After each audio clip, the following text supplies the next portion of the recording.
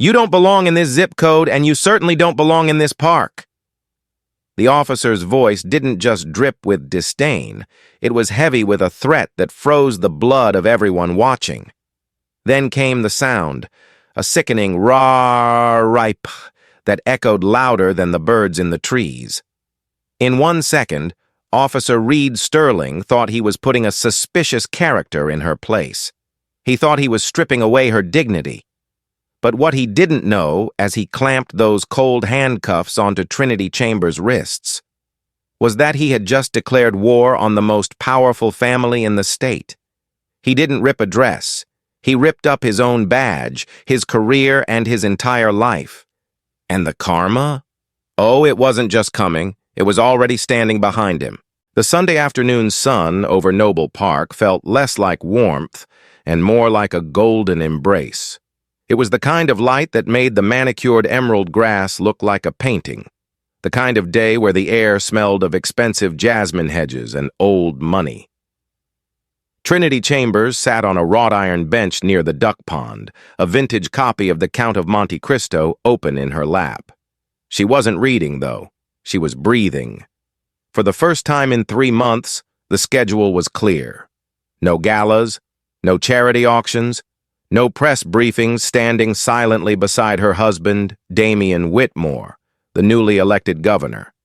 Today, she was just Trinity. She wore a sundress made of imported Italian silk, a soft lavender number that flowed around her like water. It was understated elegance, no logos, no flash, just quality that whispered rather than screamed. She had left her security detail, Grayson Maxwell, at the perimeter of the park, insisting on 30 minutes of solitude. "Just 30 minutes, Grayson," she had smiled, tapping her watch. "I promise not to start a revolution before lunch." Grayson had reluctantly agreed, fading into the background near the parking lot. Trinity closed her eyes, tilting her head back. That was when the shadow fell over her. It wasn't a cloud, it was cold, jagged, and blocking her light. "ID." The voice was flat, aggressive, and bored all at once. Trinity opened her eyes. Standing before her were 2 officers. The one who had spoken was tall, with a buzz cut and eyes that looked like flint, hard and ready to spark. His name tag read Sterling. The other, Officer Aubrey Langston, looked younger, softer around the edges, shifting his weight uncomfortably from one foot to the other. Trinity didn't flinch. She simply marked her page and looked up. "Excuse me?"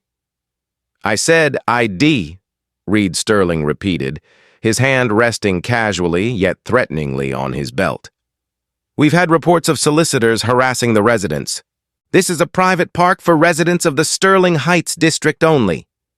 Trinity offered a polite, tight smile.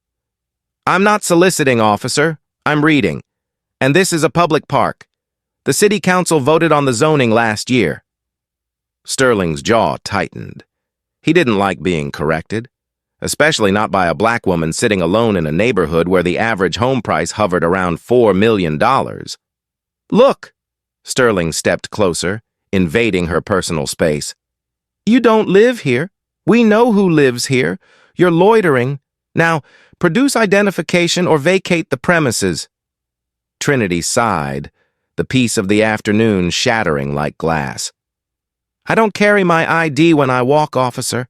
My house is 3 blocks away. If you'd like to escort me there—" "Liar!" Sterling spat.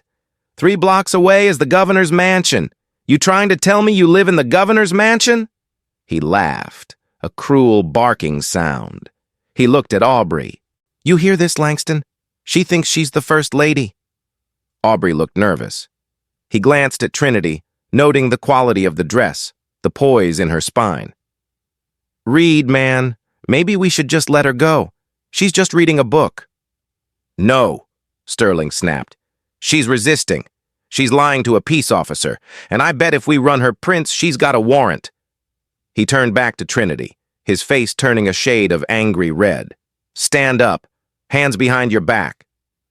"You are making a mistake," Trinity said, her voice dropping an octave, becoming deadly calm. It was the voice she used in the courtroom years ago when she was the state's top prosecutor, a fact Sterling clearly didn't know. "I am asking you to lower your voice and step back." "I said stand up!" Sterling lunged. He didn't wait for her to comply. He grabbed her upper arm with a grip like a vice. Trinity gasped, not from fear, but from the sudden violence of it. She instinctively pulled back, her heel catching on the cobblestone. Sterling yanked her toward him hard. "Reep!" The sound was distinctive and horrifying. Sterling's rough handling caught the delicate silk of the lavender dress at the shoulder seam. The fabric tore diagonally across her chest, exposing her lace bra and the smooth, dark skin of her shoulder and upper breast. The park went silent. A mother pushing a stroller stopped. A jogger froze. Trinity froze, looking down at the ruin of her dress. She looked up, her eyes blazing with a fire that could consume the world. She didn't cover herself in shame. She stood taller. "Oops," Sterling smirked, though there was a flicker of doubt in his eyes now. "Resisting arrest, disorderly conduct, assault on an officer." "I didn't touch you," Trinity whispered. "Tell it to the judge." Sterling spun her around, clamping the handcuffs onto her wrists tight enough to bruise bone. "You're going for a ride, sweetheart." From the bushes, a cell phone camera lens glinted. Lila Banks, a local lifestyle blogger hoping to catch shots of ducks, had captured every single second. Chapter 2. The Cage of Silence. The back of the patrol car smelled of stale coffee, sweat, and industrial cleaner. Trinity sat upright, her hands numb behind her back. The tear in her dress gaped open, but she refused to hunch over.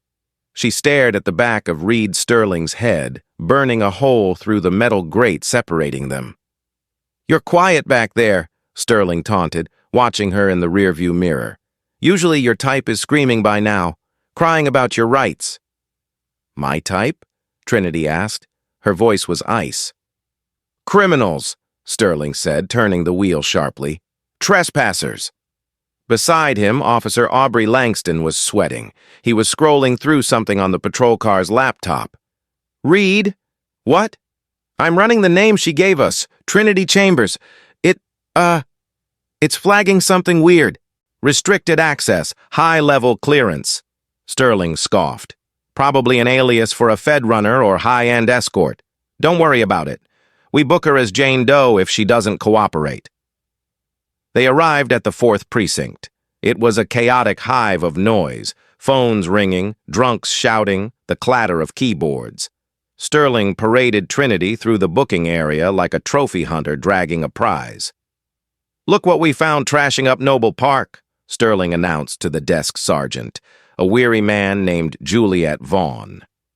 Juliet looked up, scanning Trinity. Her eyes widened slightly at the torn dress and the handcuffs, but she sighed.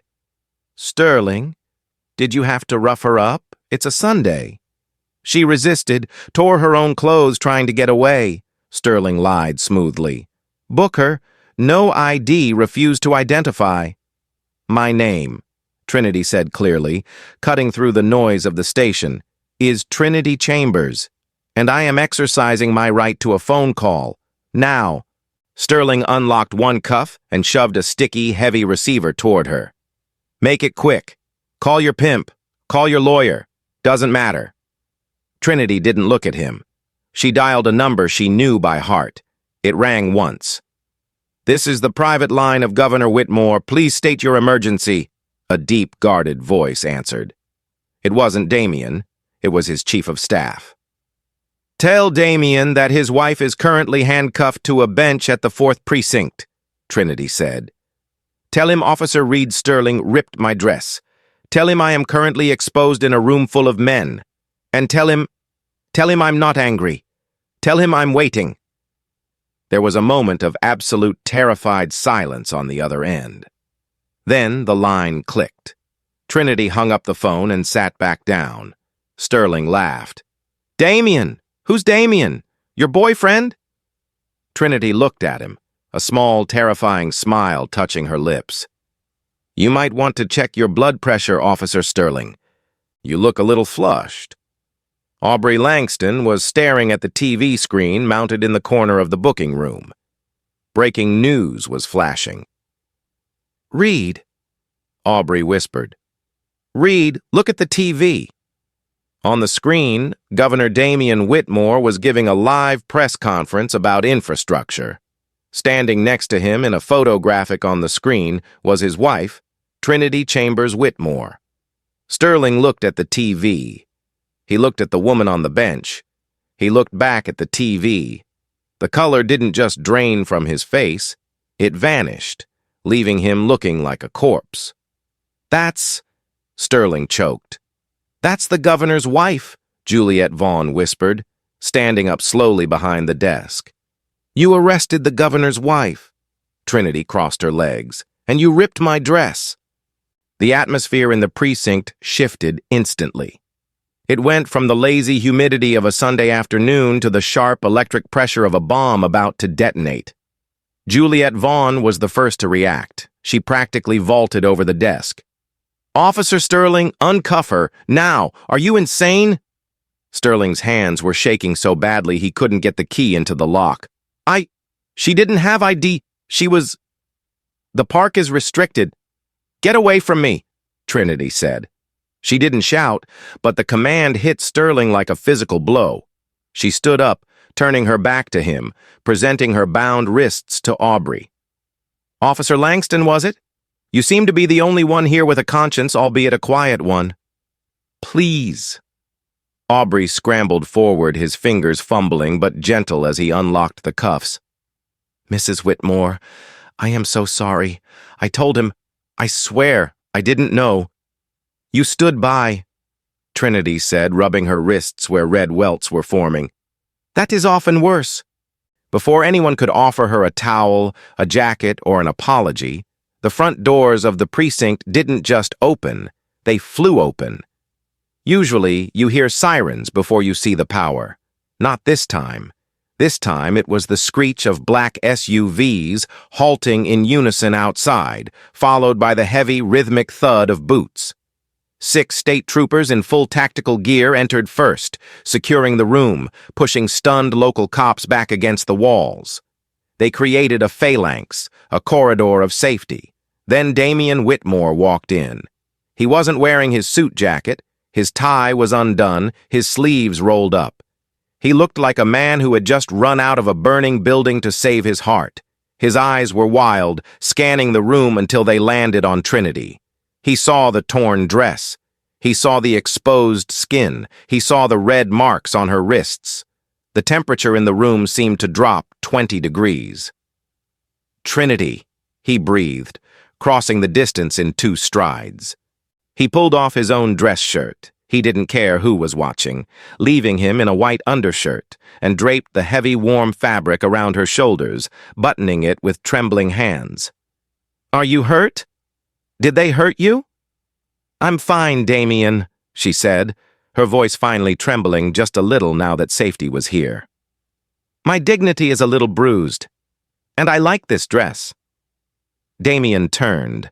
He was a tall man, broad-shouldered, a former linebacker before he was a politician.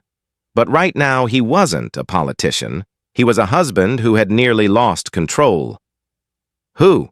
Damian asked. One word. A simple question that carried the weight of an executioner's blade. The precinct was silent. You could hear the hum of the fluorescent lights. Captain Miller, the precinct commander who had evidently been summoned from his Sunday BBQ, came running out of his office, tucking his shirt in. "Governor?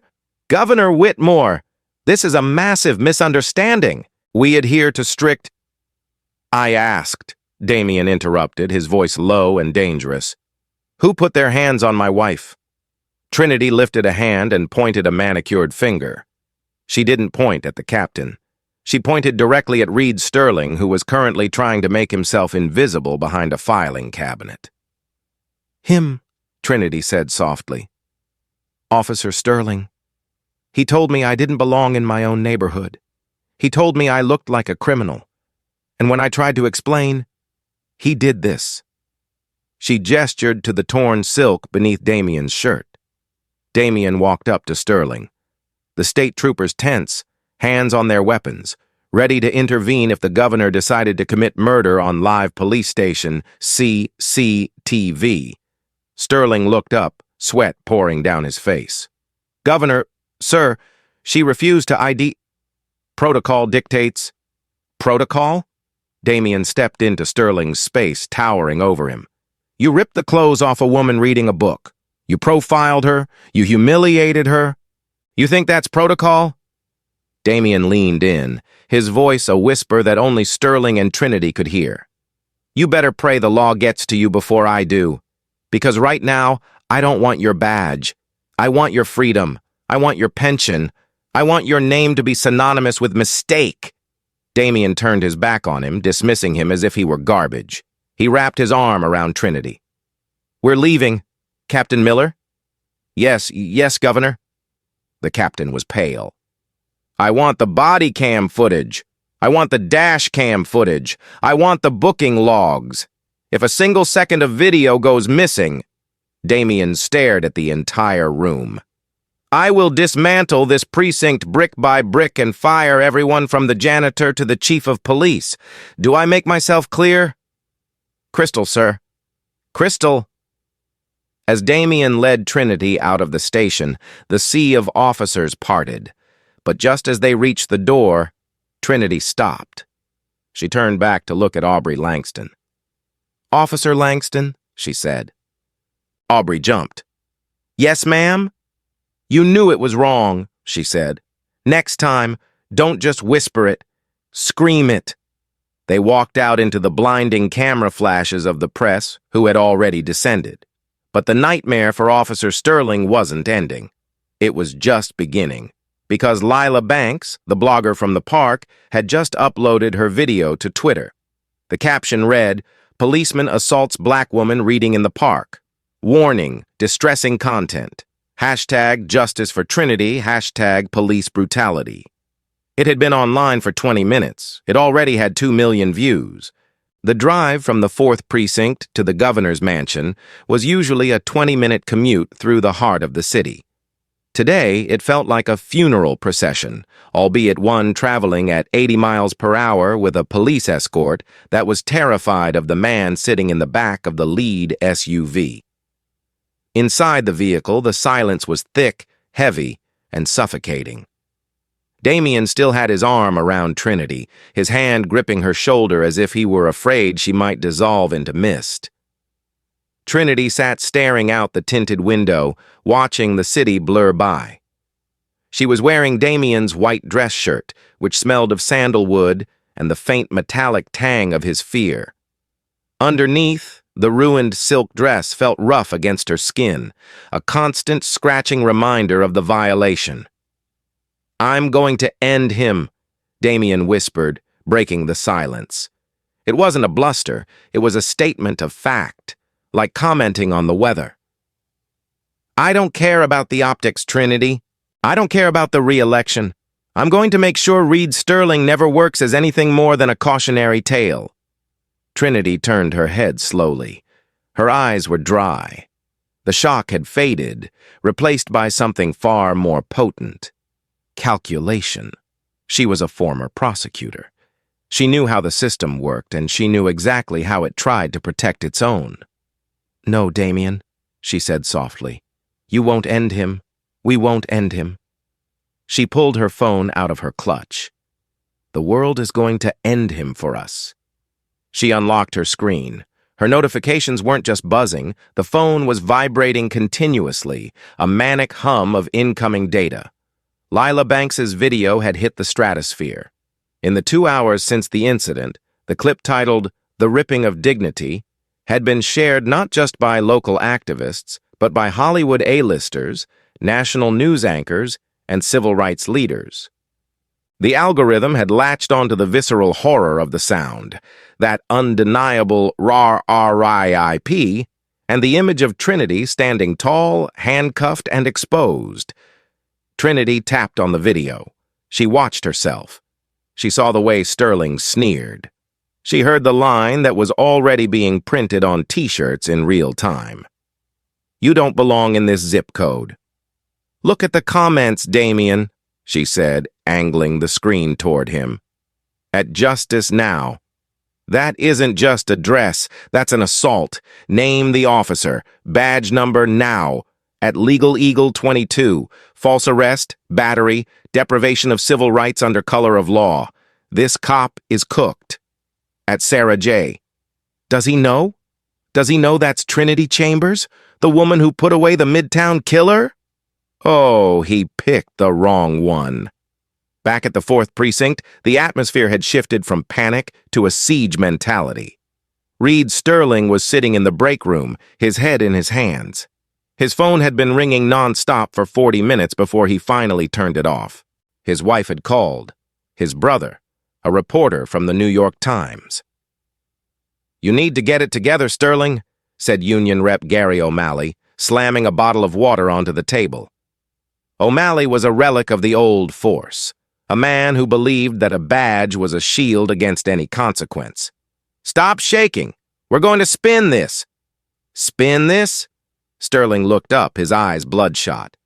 "Gary, she's the governor's wife. I ripped her clothes off. I handcuffed the first lady of the state. There is no spin." "There's always a spin," O'Malley growled, pacing the small room. "She was agitated. She refused a lawful order. You felt threatened. We'll say the dress tore because she pulled away violently. It was an accident during a standard containment procedure."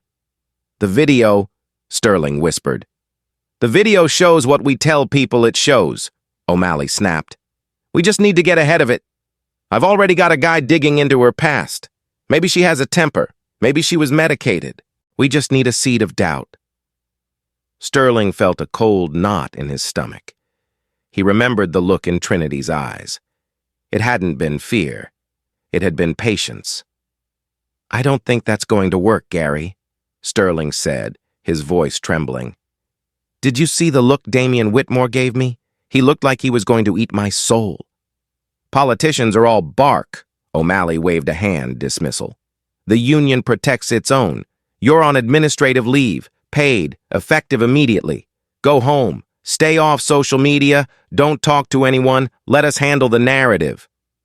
But as Sterling walked out the back exit of the precinct, pulling his hoodie up to hide his face, he saw a news van already parked at the corner. He sprinted to his truck, heart hammering. He turned the key, and the radio blared to life. "Calling for the immediate resignation of Chief Miller and the arrest of Officer Reed Sterling," the radio host was shouting. "Protests are already forming outside Noble Park. The governor has called an emergency press conference for tomorrow morning." Sterling gripped the steering wheel until his knuckles turned white. He wasn't safe. The union couldn't stop the tsunami that was coming. Monday morning broke with a gray, ominous sky, matching the mood inside City Hall. The blue wall of silence, the unwritten code that cops don't rat on cops, was trying to form, but the mortar was crumbling before it could even set. Inside the governor's mansion, the war room had been established in the library. This wasn't a political campaign. It was a tactical strike. Trinity sat at the head of the mahogany table. She was dressed in a sharp crimson power suit, armor for the modern age. Opposite her sat Wren Noble, the most feared civil rights attorney in the country, and Grayson Maxwell, her head of security, who was looking at the floor, consumed by guilt for leaving her side yesterday. "Stop it, Grayson," Trinity said, reading his mind. "If you had been there, you would have broken Sterling's arm, and then we would be the ones on the defensive. It happened exactly as it needed to happen." Wren Noble adjusted her glasses, sliding a dossier across the table. "We have him, Trinity. And I don't mean we have him on the assault. We have him on everything." Trinity opened the file. It was thick. "Officer Reed Sterling," Wren began, her voice crisp. 12 complaints in 6 years, 4 for excessive force, 2 for racial profiling, all dismissed or buried by internal affairs. But here's the kicker." Wren tapped a specific document. 3 years ago, he was involved in a resisting arrest case with a young college student. Broken jaw, no body cam footage. The student dropped the lawsuit after being threatened with felony charges. He's a bully with a badge, Damien said from the window, looking out at the reporters swarming the gates. He's been doing this for years. And the union is already leaking to the press, Wren warned. The City Chronicle just ran a blurb on their website quoting an anonymous source saying that you were belligerent and possibly intoxicated. Damien spun around, his face purple. Intoxicated? She was reading Dumas. It doesn't matter what's true to them, Trinity said calmly. It matters what sticks. They are trying to make me the angry black woman. If they can make me look unstable, Sterling looks like a hero who made a tough call. She stood up, walking over to the fireplace. Above it hung a portrait of them from the inauguration. They looked happy, safe. That safety was an illusion. We aren't going to deny the leaks, Trinity said. We aren't going to issue a statement saying I wasn't drunk. That's defensive. Then what are we doing? Damien asked.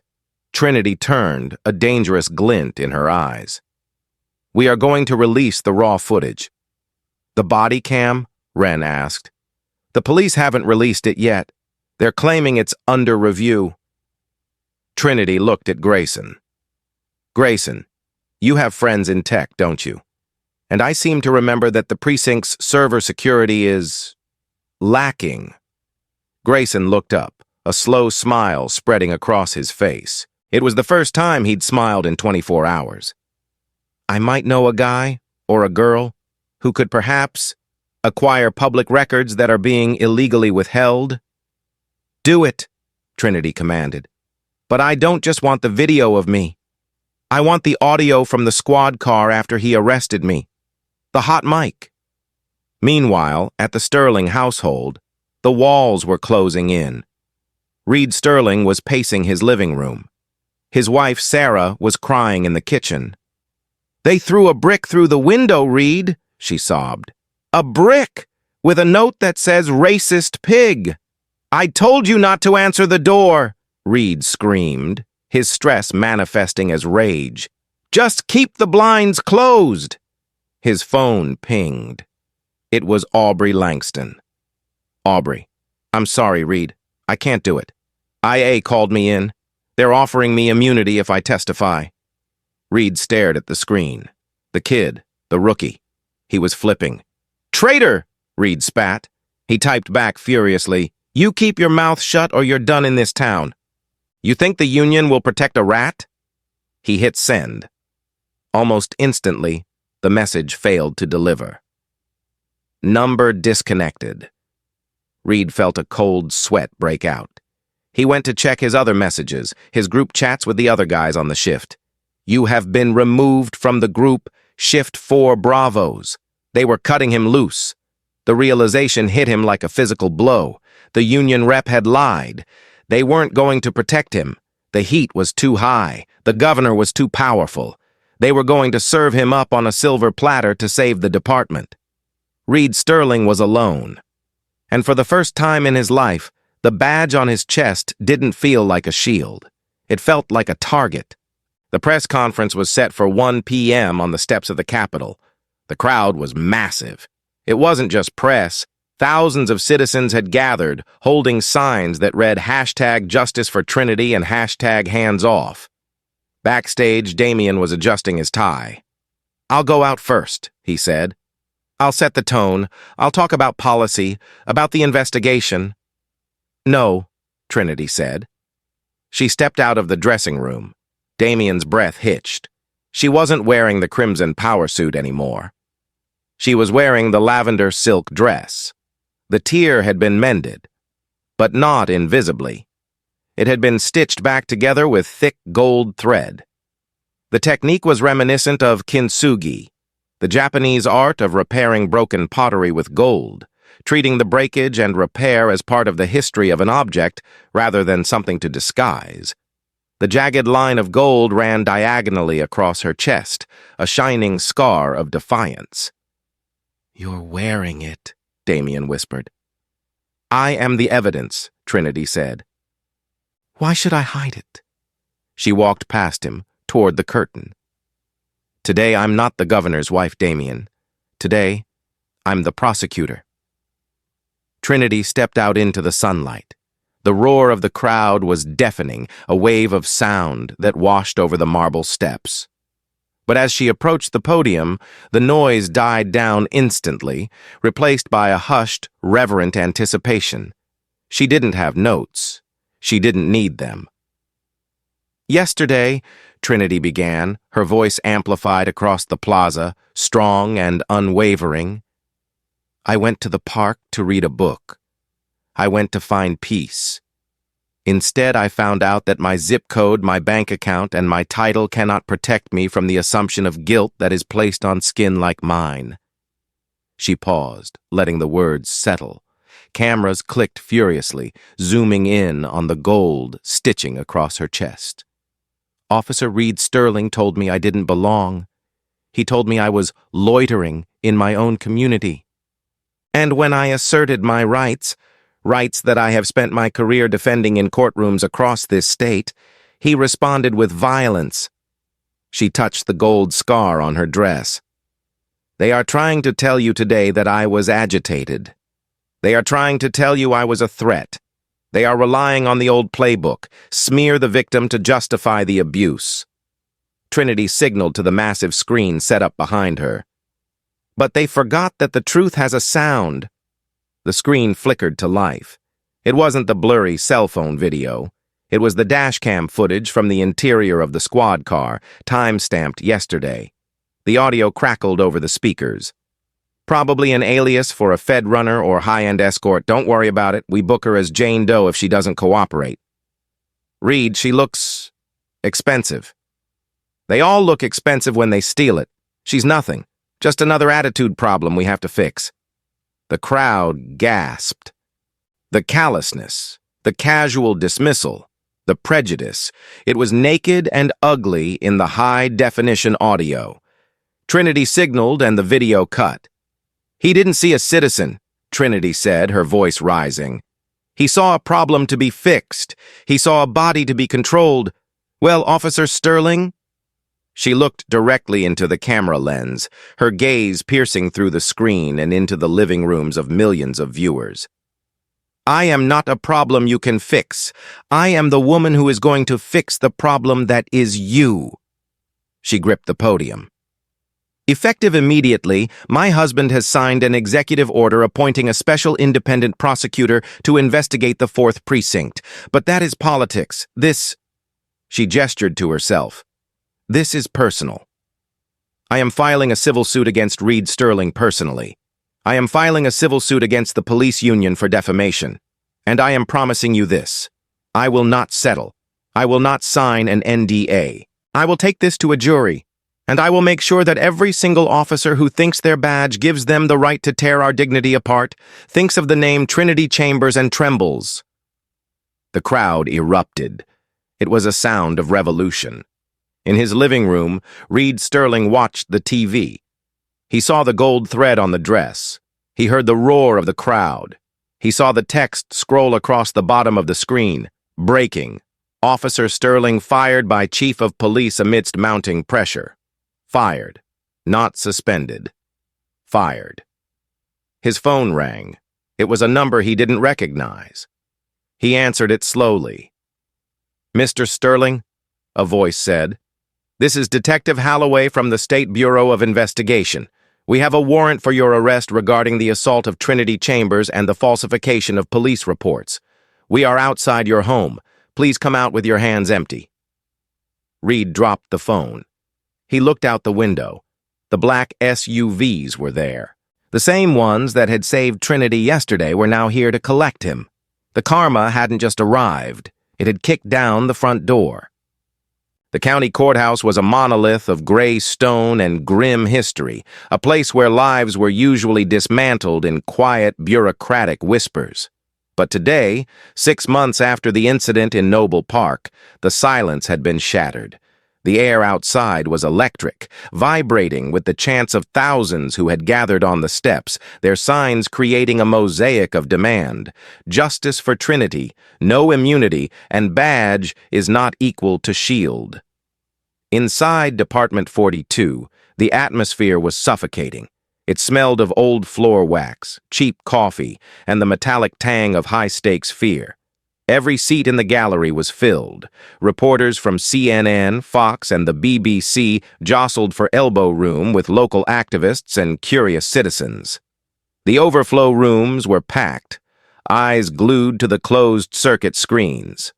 Reed Sterling sat at the defense table, a stark contrast to the arrogant predator who had patrolled Noble Park. He looked shrunken.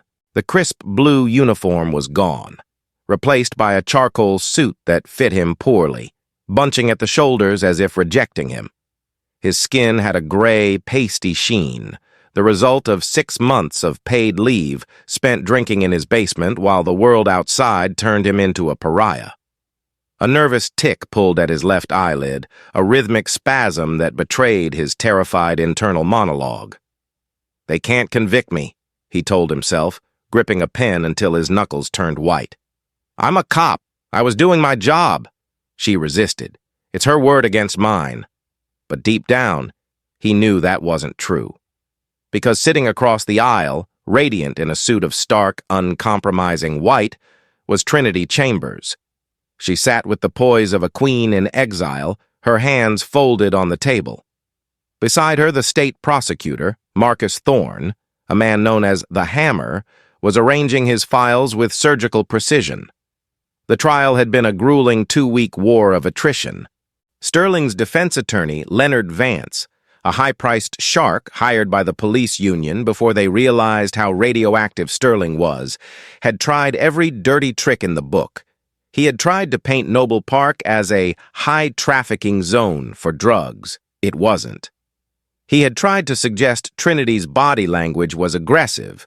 The video showed her sitting still. Now, the courtroom hushed as the heavy oak doors opened. The state calls Officer Aubrey Langston to the stand. A ripple of murmurs went through the gallery. Aubrey looked 5 years older than he had in the park. He wore a simple button-down shirt, no badge, no gun. He had resigned 2 weeks after the incident, unable to stomach the dead rats left in his locker and the whispers of traitor from the men he used to call brothers. He walked to the stand, his steps heavy. He refused, absolutely refused, to look at Reed Sterling. "Officer Langston," Prosecutor Thorne began, his voice low and rumbling. He paced slowly in front of the jury box. "I want you to take us back to that Sunday. The defense claims that Mrs. Whitmore appeared suspicious, that she fit the description of a suspect. Is that true?" Aubrey gripped the edges of the witness box. "No, sir." "Was there a suspect description?" "No, sir. We were just patrolling." "Just patrolling," Thorne repeated, letting the words hang. "So when you saw Mrs. Whitmore sitting on that bench, reading a vintage copy of Dumas, what was the threat assessment? Did Officer Sterling express concern for her safety?" "No." "Did he express suspicion that a crime was being committed?" "No." Thorne stopped pacing. He turned and looked directly at Sterling, who flinched. "Then what did he say, Mr. Langston? What were the exact words he spoke to you before he exited the vehicle?" Aubrey closed his eyes. He could still hear Sterling's voice, the casual cruelty of it. He took a shaky breath and leaned into the microphone. He said, "Look at that. Someone thinks they're special." He chuckled, and then he said, "Let's go remind her who runs this neighborhood." He called it a dignity check. The gasp that tore through the courtroom was audible. A dignity check. The phrase hung in the air like poison gas. Juror number 4, a grandmother with silver hair, put a hand over her mouth. Sterling's lawyer shot up. "Objection! Hearsay! The witness is speculating on intent." "Overruled," Judge Patterson snapped, his eyes hard behind his spectacles. "The witness is testifying to statements made by the defendant. Proceed." Thorne nodded, his face grim. A dignity check. Not a security check. A dignity check. He didn't approach her to enforce the law, did he, Mr. Langston? He approached her to break her spirit. Thorne walked closer to the witness stand. Mr. Langston, when the dress ripped, when that silk tore and Mrs. Whitmore was exposed, what was Officer Sterling's reaction? Did he apologize? Did he offer her a coat? Aubrey shook his head, tears welling in his eyes. No. He smiled. He smiled? He smirked, Aubrey corrected, his voice trembling with shame. He told me later in the car while she was handcuffed in the back. He said it was a bonus. He said, that'll teach her to dress like she owns the place. Sterling slammed his fist on the defense table, the sound like a gunshot in the quiet room. Liar! You little rat, you're lying to save your own skin. Order! Judge Patterson banged his gavel, the wood cracking against the block. Mr. Sterling, sit down. Another outburst like that and I will have you gagged and shackled to that chair. Do you understand me? Sterling slumped back, panting, his face a mottled red. He had just done the prosecutor's job for him. He had shown the jury the rage that lived just beneath his skin. Then came the moment the world was waiting for. The state calls Trinity Chambers. Trinity stood up. She didn't walk to the stand. She glided. There was no hesitation in her stride. She took the oath, her voice clear and resonant, reaching the back of the room without a microphone. Thorne treated her gently, like a bomb disposal expert handling a live wire. Mrs. Whitmore, can you tell the jury how you felt in that moment? Not what you thought, but how you felt? Trinity looked at the jury. She made eye contact with every single one of them. I felt cold, she said softly. The sun was shining, but I felt freezing cold. Because I realized that in Officer Sterling's eyes, I wasn't a citizen. I wasn't a wife. I wasn't a lawyer. I was a thing, an object to be managed, a body to be controlled. She touched her chest, where the dress had torn. He didn't just rip a piece of silk, Your Honor, she continued, her voice gaining strength, filling the cavernous room. He tried to rip away my humanity. He wanted me to scream. He wanted me to cry. He wanted me to give him a reason to hurt me more. He wanted me to feel small, so he could feel big. She turned her head slowly, locking eyes with Reed Sterling for the first time. Sterling tried to look away, but he couldn't. But he forgot one thing, Trinity said. And what is that, Mrs. Whitmore? Thorne asked. He forgot that dignity isn't something a man like him can give you, she said, her voice ringing like a church bell. And it certainly isn't something a man like him can take away. The jury deliberated for 3 agonizing hours. In the hallway, Damien paced like a caged tiger, his security detail giving him a wide berth. Trinity sat on a wooden bench, her eyes closed, meditating. Inside the defense holding room, Reed Sterling was sweating through his shirt, pacing, muttering to himself, asking his lawyer if 10 years was the max or maybe probation. When the bailiff announced, "The jury has reached a verdict," the silence that descended on the courtroom was absolute. It was a vacuum. Even the court stenographer stopped moving. Reed Sterling stood up. His legs were shaking so violently that the table vibrated. He looked at the jury foreman, a middle-aged school teacher with stern glasses who refused to look back at him. "In the matter of the people versus Reed Sterling," the foreman read, her hands steady, her voice flat.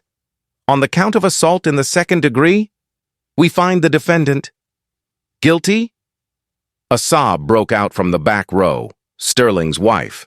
He didn't turn to look at her. "On the count of false imprisonment, guilty." Sterling's knees buckled. Leonard Vance grabbed his elbow, holding him up like a marionette with cut strings. "On the count of deprivation of rights under color of law, guilty." Every guilty was a physical blow, a hammer strike driving a nail into the coffin of Sterling's life. Judge Patterson didn't wait. He didn't ask for a sentencing hearing date. He had the file open in front of him. He looked over his spectacles at Sterling, his expression filled with a profound, icy disdain. "Mr. Sterling," the judge said, "you have sat in this courtroom for 2 weeks with an expression of victimhood. You seem to believe that you are the one being wronged. That is the final insult." The judge leaned forward. "You betrayed your oath. You betrayed your partner. You betrayed this community. You took the sacred trust of the badge, a symbol meant to offer sanctuary, and turned it into a weapon of terror. You treated a citizen like an enemy combatant simply because of her race and your own fragile ego. I sentence you to the maximum penalty allowed by law. 15 years in the state penitentiary, with no possibility of parole for the first 10. 15 years. The words hung in the air. Sterling's mouth fell open. 15 years? Judge, please. I have kids. I was just doing my job. No, Judge Patterson said, closing the file with a finality that sounded like a gunshot. You were doing a job. But it wasn't police work. It was tyranny. Bail is revoked. Remand the defendant into custody immediately. The bailiffs moved in. These weren't his friends from the precinct. These were sheriff's deputies, and they moved with professional indifference. They didn't treat him with the fraternity of the blue wall. That wall had crumbled into dust. They treated him like what he was, a convict. They grabbed his arms. They spun him around. Click. The sound of the handcuffs was loud, echoing the sound from the park 6 months ago. The irony was sharp enough to bleed. The metal that he had used to bind Trinity was now binding him. As Sterling was led away, weeping, stumbling, begging his lawyer to do something, he looked into the gallery. He scanned the faces, desperate for a friendly eye. He found none. Finally, he locked eyes with Trinity. She didn't smile. She didn't gloat. She didn't look triumphantly at Damien. She simply watched him. It was a look of absolute, terrifying neutrality. She witnessed his fall just as he had forced her to witness her own humiliation. She watched him disappear through the side door, the door that led to the cells, the transport van, and a decade of gray walls. But the karma wasn't done. The universe had more in store. The civil trial verdict came in 2 days later. The jury didn't just find for the plaintiff, they sent a message that would be heard in every precinct in the country. They awarded Trinity Chambers $5 million in damages. And because the police union had successfully argued that Sterling's actions were malicious and outside the scope of duty to save their own insurance premiums, the city wasn't fully liable. Sterling was personally liable. He lost everything. His pension was seized. His boat was sold at auction. His house, the one in the neighborhood he bragged about protecting, was foreclosed on. His wife filed for divorce the day after the criminal sentencing, taking the kids and moving to another state to escape the shame of his name. Reed Sterling didn't just go to prison. He went to prison as a bankrupt, divorced, disgraced ex-cop. In the brutal ecosystem of a penitentiary, there is no lower rung on the ladder. 1 year later. The morning sun over Noble Park was just as golden as it had been on that terrible Sunday. The world had turned, seasons had changed, and the emerald grass had grown back, indifferent to the history it held. The ducks were still drifting on the pond, their ripples the only disturbance in the stillness. But things had changed. The air felt different, lighter, cleaner. Near the entrance of the park, the old imposing metal sign that listed 100 prohibitions had been removed. In its place stood a plaque made of warm, polished bronze. It didn't list rules. It read, "In this space, all citizens are equal. Hate has no home here. Dedicated to the resilience of Trinity Chambers." Trinity walked down the cobblestone path. She was alone again, her security detail respecting her need for solitude, waiting by the car. But this time, her solitude wasn't a vulnerability, it was a luxury. She walked with a rhythm of ownership, her heels clicking a steady beat of reclamation. She approached the same wrought iron bench near the water. Sitting on it was a young woman, maybe 19, a college student with long box braids, hunched over a heavy textbook. When she saw Trinity approach, the girl jumped up, clutching her book to her chest, her eyes wide. "Oh, Mrs. Whitmore, I'm so sorry. I can move. I know this is your bench." Trinity smiled, a genuine warm expression that crinkled the corners of her eyes. "Sit down, sweetheart. It's not my bench. It's the public's bench. That means it's yours. That means it's ours." The girl hesitated, then sat back down, leaving plenty of space. Trinity sat next to her. She reached into her bag and pulled out a book. It was a new copy of The Count of Monte Cristo, the spine stiff and unbroken. "You're studying law?" Trinity asked, nodding at the girl's open textbook, Introduction to Constitutional Law. "Yes, ma'am," the girl said, her voice breathless. "Because of you. I watched the trial, every day of it. I want to be a prosecutor." "That's a hard road," Trinity said gently. "I know," the girl said, her expression hardening with a determination that looked familiar. "But I want to make sure the bad guys don't win just because they have badges. I want to be the one standing in the way." Trinity nodded, feeling a lump form in her throat. "That is a noble goal. The world needs more people standing in the way." A shadow fell over them. The girl flinched instinctively, her shoulders rising in a defensive posture. Trinity felt the old instinct, too, the freeze response. She looked up. Standing there was a police officer. But it wasn't Sterling. It was a woman, Hispanic, with a kind face and a uniform that looked lived in, not worn like armor. She was Officer Ramirez, one of the new community engagement officers brought in after Damien's massive purge of the 4th Precinct. "Good afternoon, Mrs. Whitmore," Ramirez said, tipping her cap respectfully. She turned to the student.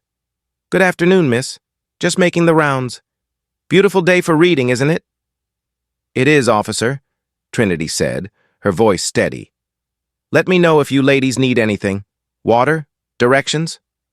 "We're fine, thank you," the student said, her shoulders relaxing. Officer Ramirez nodded, smiled, and continued walking. No demand for ID, no intimidation, no dignity check, just service. Trinity watched her go, watching the blue uniform disappear around the bend of the hedges. Then she looked down at her chest. She was wearing a simple silk blouse today, cream-colored. Underneath, against her skin, she still carried the memory of the scar, the phantom sensation of the tear. The trauma hadn't vanished. It never fully would. But the fear was gone. She thought of the Japanese art of kintsugi again, the practice of repairing broken pottery with gold lacquer. The bowl is never the same as it was, but the cracks make it more valuable, more beautiful, because they tell a story of survival. She had taken the broken pieces of a corrupt system and put them back together with the gold of justice. The system wasn't perfect, it never would be, but it was stronger, more honest, and more beautiful than it had been before the tear. Trinity opened her book. She took a deep breath of the free, sweet air, smelling the jasmine and the victory. "Read with me," she told the girl, and together, in the quiet safety of the park, 2 generations of women read in peace. Reed Sterling thought he was breaking a woman that day in the park. He thought he was stripping her naked. Instead, he built a warrior. He thought his badge gave him the power to define who belonged and who didn't. But in the end, he learned the hardest lesson of all. True power isn't about control. It's about character. And when you try to rip the dignity away from a queen, you better be prepared for the entire kingdom to fall on your head. Sterling is currently sitting in a 6x8 cell, staring at a gray wall, thinking about that lavender dress. Trinity is sitting in the governor's mansion, rewriting the laws that put him there. That is what we call absolute, undeniable karma. This story isn't just about one bad cop. It's about the moment we decide to stop being victims and start being the evidence. If you believe that justice should be blind and that nobody, absolutely nobody, is above the law, hit that like button right now. It helps get this story out to more people who need to hear it. What would you have done if you were in Trinity's shoes? Would you have stayed that calm?